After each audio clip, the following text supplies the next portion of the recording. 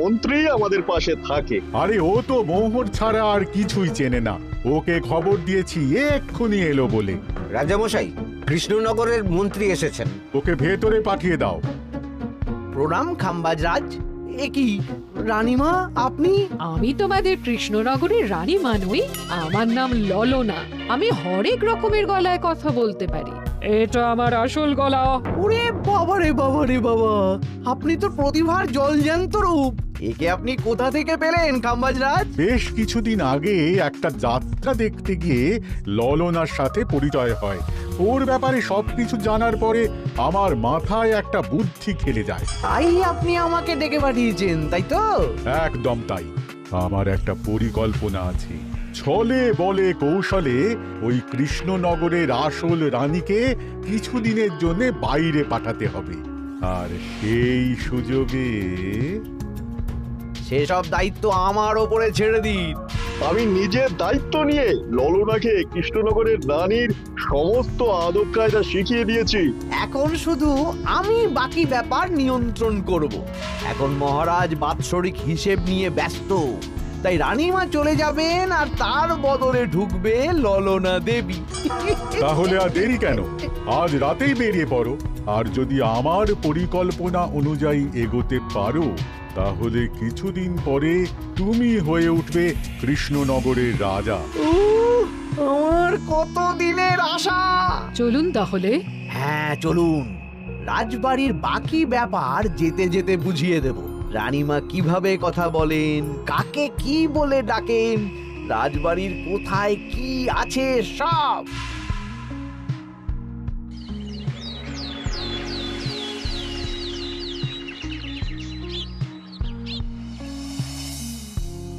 কি গো গিন্নি, জ্বরটা নেমেছে? এই জ্বরটা কমেছে, কিন্তু শরীরটা খুব দুর্বল গো। তুমি পারলে ভাতটা রান্না করে রাজবাড়ি যাও, আমি বেলার দিকে এই কিছু একটা তরকারি করব। না না গিন্নি, তোমাকে এই শরীরে রান্না করতে হবে না।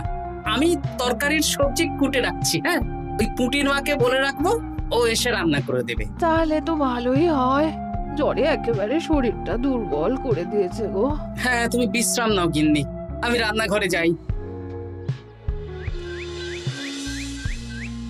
কি গোপাল আজকে এখনো এলো না? ও কোনোদিন সময় এসেছে মহারাজ?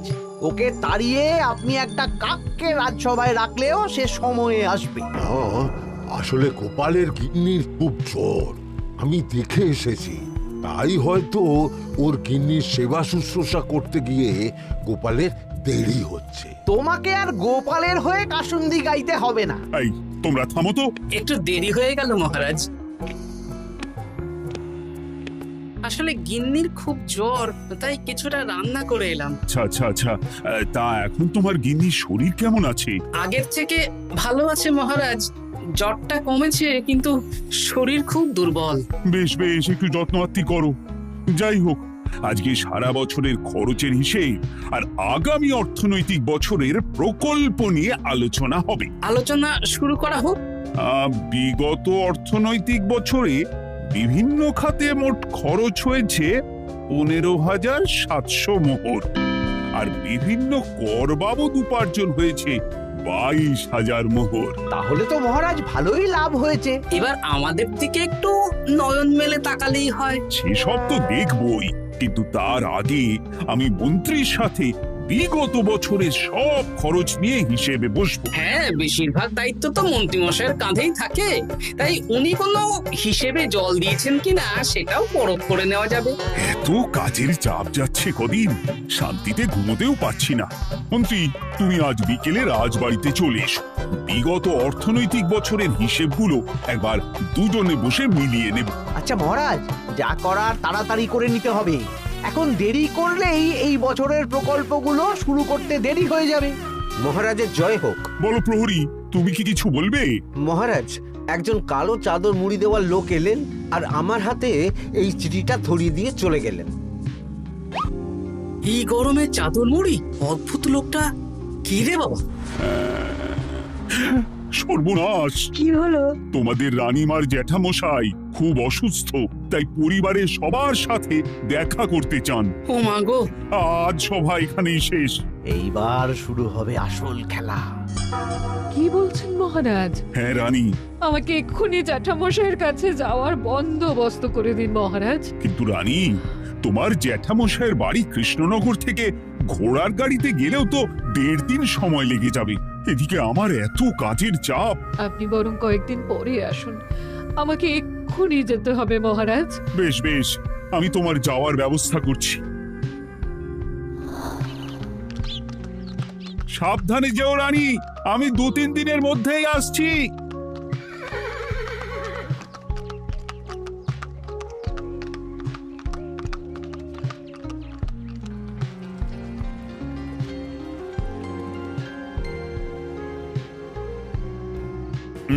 মন্ত্রী, বিগত অর্থনৈতিক বছরে আমাদের পাঠশালার উন্নতির জন্য কত খরচ করা হয়েছিল একটু দেখো তো।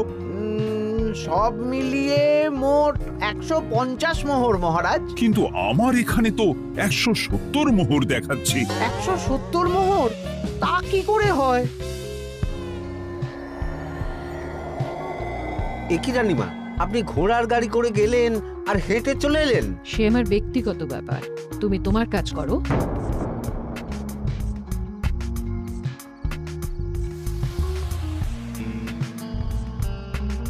এ কি রানী, তুমি চলে এলে? আমার শরীরটা খুব একটা ভালো লাগছে না মহারাজ, পেটটা কামড়াচ্ছে।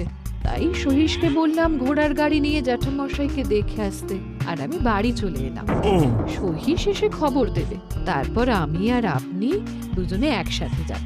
বেশ বেশ, ঠিক আছে রানী, তুমি বিশ্রাম নাও। বিশ্রাম না, আমি একটু স্নান ঘরে যাব। পেটটা কেমন মোচড় দিচ্ছে। মহারাজ কিছুই বুঝতে পারেনি, মজা জমবে।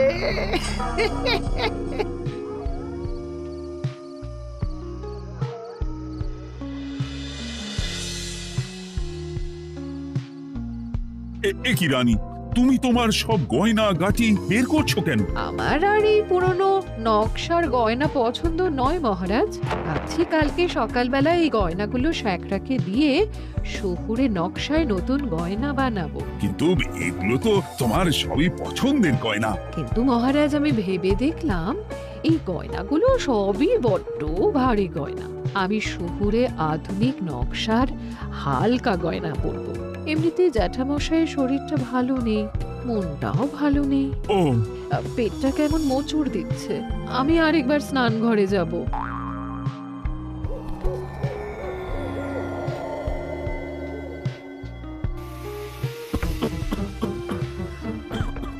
ওই তো মন্ত্রী মশাই এসেছে।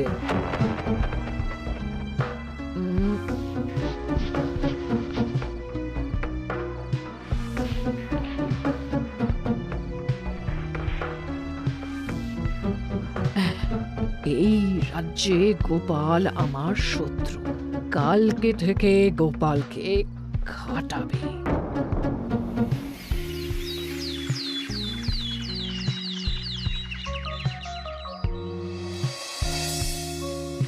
হায় হায় হায়, কি হলো রানী, কি হলো?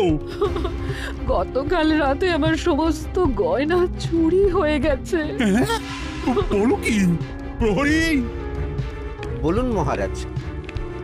গতকাল রাতে রানীর সব গয়না চুরি হয়ে গেছে। তুমি আরেকজনকে নিয়ে এক্ষুনি খোঁজ করা শুরু করো। যথাজ্ঞা মহারাজ।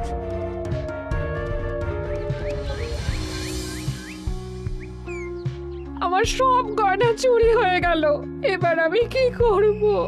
রানী তুমি কেঁদো না, সেই সকাল থেকে কেঁদেই চলেছো। আমি তো প্রহরীকে খোঁজ করতে পাঠিয়েছি। এই সব প্রহরী কর্মচারী কাউকে বিশ্বাস হয় না আমার। আজ থেকে সবাইকে ছুটি দিয়ে দেব। কি বলছো তুমি? সবাইকে ছুটি দিয়ে দিলে রাজবাড়ির কাজ কে করবে? কেন? আমাদের সবচেয়ে বিশ্বাসযোগ্য সভাসদ গোপাল আজ থেকে রাজবাড়ির সব কাজ গোপাল করবে। কি বলছো? আপনি কি বলতে চাইছেন? গোপাল বিশ্বাসযোগ্য না? হ্যাঁ, গোপাল আমার সবচেয়ে প্রিয়। ওর চেয়ে বিশ্বাসযোগ্য আর কেউ নেই। কিন্তু কোনো কিন্তু না, বলবেন আপনার আদেশ। এক্ষুনি গোপালকে ডেকে পাঠান। যেমন তোমার ইচ্ছে। গোপাল, গতকাল রাতে রানী সব গয়না চুরি হয়ে গেছে, তাও আবার ঘরের ভেতর থেকে। আমি চাই তোমার মতো বিশ্বাসযোগ্য লোকই রাজবাড়ির সমস্ত কাজ করুক। মানেটা ঠিক বুঝতে পারলাম না রানীমা। মানে আমি রাজবাড়ির বেশিরভাগ কর্মচারীকে ছুটি দিয়ে দিচ্ছি, তার বদলে রাজবাড়ির কাজ করবে তুমি। কিন্তু কোনো কিন্তু না, রাজসভার ভাড়ামো অনেক হয়েছে। এবার থেকে তোমার কাজ বাসন মাজা, ঘর মোছা, কাপড় কাচা, পুরো রাজবাড়ি ঝাঁট দিয়ে পরিষ্কার করা। এই সেরেছি। যাও, রান্নাঘর থেকে বাসন নিয়ে পুকুর পাড়ে গিয়ে বাসন মাজবে। এ কি গোপাল, রাজসভা থেকে সোজা পুকুর পাড়ে? কি হয়েছে নাকি? খুব হাসি পাচ্ছে না? হাসি তো পাবেই, নতুন রানীমা আসার পরে তোমার এই হাল করে ছেড়ে দিল। নতুন রানীমা? না, আসলে ঘটা বলতে চাইছে রানীমা তোমাকে নতুন চাকরি দিয়ে এই হাল করলো। যা হয়েছে ভালো হয়েছে, আমার পেছনে না লেগে নিজের কাজ করুন যান।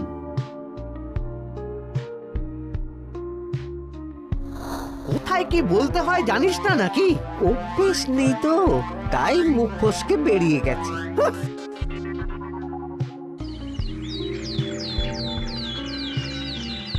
রাজ্যে চোরের উপদ্রব বেড়ে গেছে, তাই আমরা কিভাবে চোরের উপদ্রব কমানো যায় সেই নিয়ে আজকে একটা আলোচনা করব।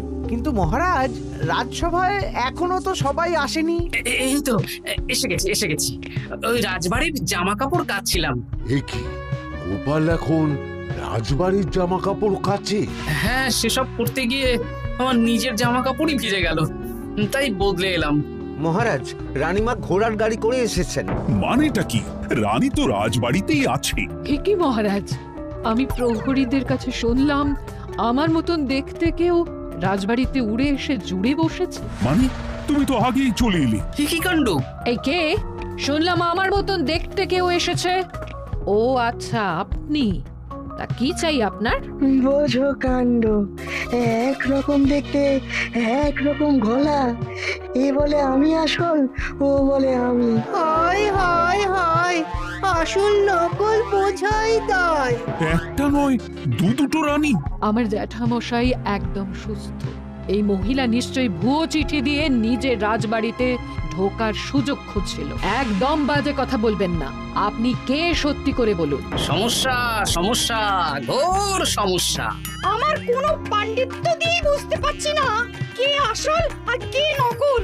আমি আসল, বিশ্বাস করুন। আমি তো এই মাত্র এলাম। না, আপনি নকল, আমি আসল। কিভাবে বুঝবো? আমি বলবো মহারাজ, এই যে এই রানী আসল। হ্যাঁ, কিন্তু মন্ত্রীমশাই, আপনি কি করে বুঝলেন? না মানে এই রানীমা তোমার উপরে এত ভরসা করে রাজবাড়ির কাজ করাচ্ছেন, কাউকে বিশ্বাস করেননি, একমাত্র তোমাকে বিশ্বাস করেছেন। এত ভালোবাসা, এত বিশ্বাস কার থাকতে পারে বলো? মানে গোপাল, তুমি রাজবাড়ির কি কাজ করছো? বাসন মাজা, ঘর মোছা, বাগান পরিষ্কার, অনেক কাজ করছি রানীমা। আপনার সব গয়না চুরি হয়ে গেল, তাই কাউকে বিশ্বাস করা যাবে না বলে ওই রানীমা আমাকে কাজে রাখলেন। ওই বন্ধ করে একটা উপায় বের করো। বেশ, আমি ধরে নিচ্ছি দুজনেই আসল। তাই আপনাদের দুজনকে আমি পরীক্ষা নেব, দেখবো কে উত্তীর্ণ হন। তাই নাও। আপনারা দুজনেই তো সেনাপতিকে চেনেন, বলুন তো সেনাপতির আসল নাম কি? সনাতন সেন। আচ্ছা, আপনাদের বাপের বাড়ি কোথায়? বিজয়গড়। দূর গড়গড় করে সবই বলে দিচ্ছে। এভাবে হবে না, অন্য কোনো উপায় ভাবো। বেশ, সেনাপতি তলোয়ার দাও তো। দিচ্ছি। এই নিন, এই তলোয়ার দিয়ে মহারাজকে মেরে ফেলুন। আপনাদের মধ্যে কে মারতে চান বলুন। এসব তুমি কি বলছো গোপাল? মহারাজ আমার পতি পরমেশ্বর, ওনাকে আমি মারতে পারি? আমি স্বপ্নেও ভাবতে পারিনি গোপাল তুমি এই জঘন্য কাজ আমাকে করতে বলবে। আমি নিজের প্রাণের আহুতি দিতে পারি, কিন্তু মহারাজের গায়ে একটা আঁচড়ও দিতে পারবো না। উফ, খাম্বাজরাজ বেছে বেছে এক ধুরন্ধর নারীকে পাঠিয়েছেন, কোনো জবাব নেই।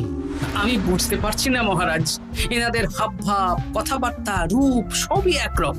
তবে যিনি ঘোড়ার গাড়ি চেপে এখন ফিরলেন, তিনি আসল হলেও হতে পারেন।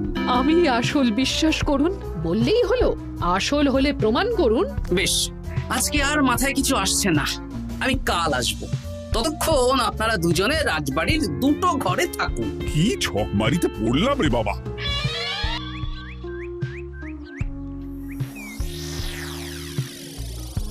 ললনা একদম তৈরি হয়ে এসেছে।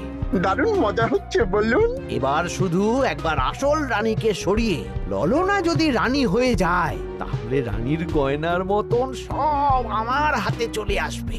তারপর কি হবে? তারপর ধীরে ধীরে মহারাজকেও কায়দা করে সরিয়ে দেব, আর খাম্বাজ রাজ আর আমি এই দুজনে মিলে এই রাজ্য চালাবো। ও, কি বুদ্ধি আপনার মাথায়।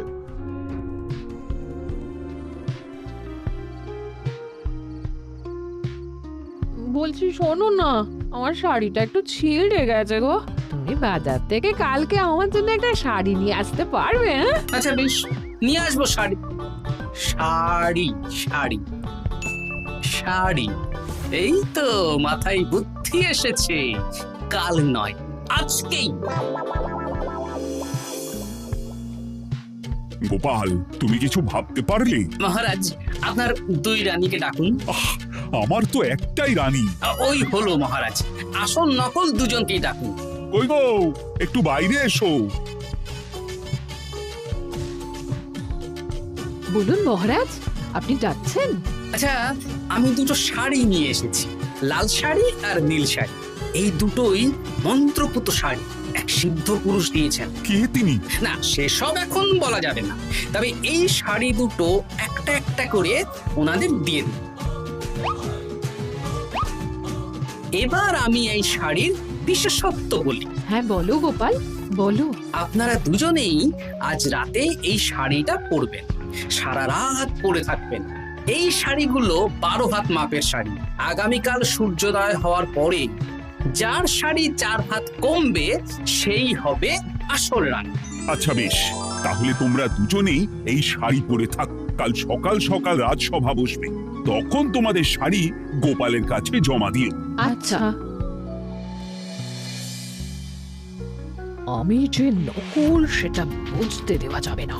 কি করে এই শাড়িটা 4 হাত কেটে ফেলে ওই দু ফল কাটার ছড়ি কেটে ফেলো। কালকে আবার মজা হবে।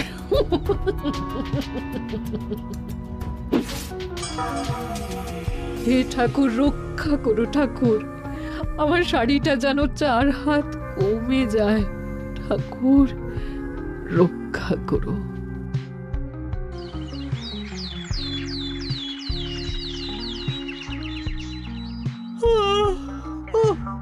এত সকাল সকাল রাজসভা, দূর, ভালো করে ঘুমটাও হলো না। আমি তো ঘুমোইনি, চিন্তায় ঘুমই আসেনি। কই গো, তোমরা এসো।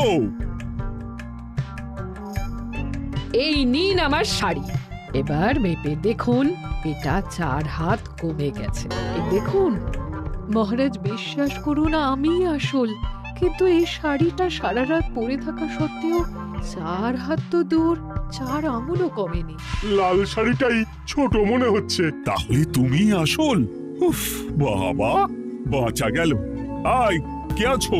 এই নকল রানীকে কারাগারে বন্দি করো। দাঁড়ান মহারাজ, বন্দি করতে হলে যার শাড়ি 4 হাত কমে গেছে তাকে বন্দি করুন। কেন?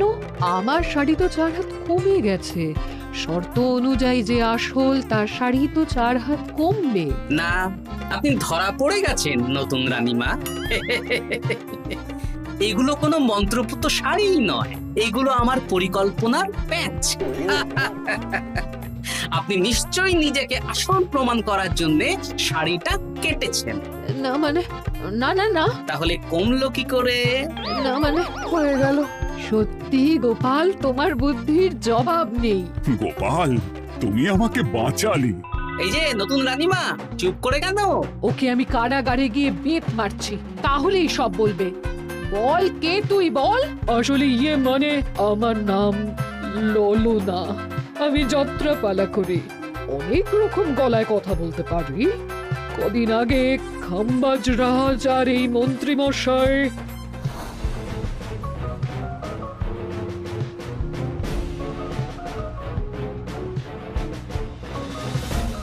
বাবা বাবা, এ তো দেখছি ললনার ছলনা। তার মানে রানীমার গয়না? ওগুলো তো সব মন্ত্রীকে দিয়েছে, জানলা দিয়ে কাপড়ে পেঁচিয়ে নামিয়ে দিয়েছি। মন্ত্রী, তোমাকে আমি শুলে চড়াবো। ভুল হয়ে গেছে মহারাজ, আমাকে ক্ষমা করুন। প্রাণে মারবেন না, সব গয়না ফেরত দিয়ে দেবো মহারাজ। তুমি শত্রু রাজ্যের প্ররোচনায় এত বড় ক্ষতি করতে চেয়েছিলে? ক্ষমা করুন মহারাজ, ক্ষমা করুন। সেনাপতি, মন্ত্রীকে 1000 বার বেত্রাঘাত করো। আর এই ললনার কি হবে? আমি অনেক দিন ধরে বাড়িতে একটা কাজ করার লোক খুঁজছি, ওনাকে পাঠিয়ে দিন। আমার গিন্নি শুয়ে বসে থাকবে আর উনি খাটবেন। হ্যাঁ নয়, হ্যাঁ, ললনার ছলনা ভেস্তে গেল।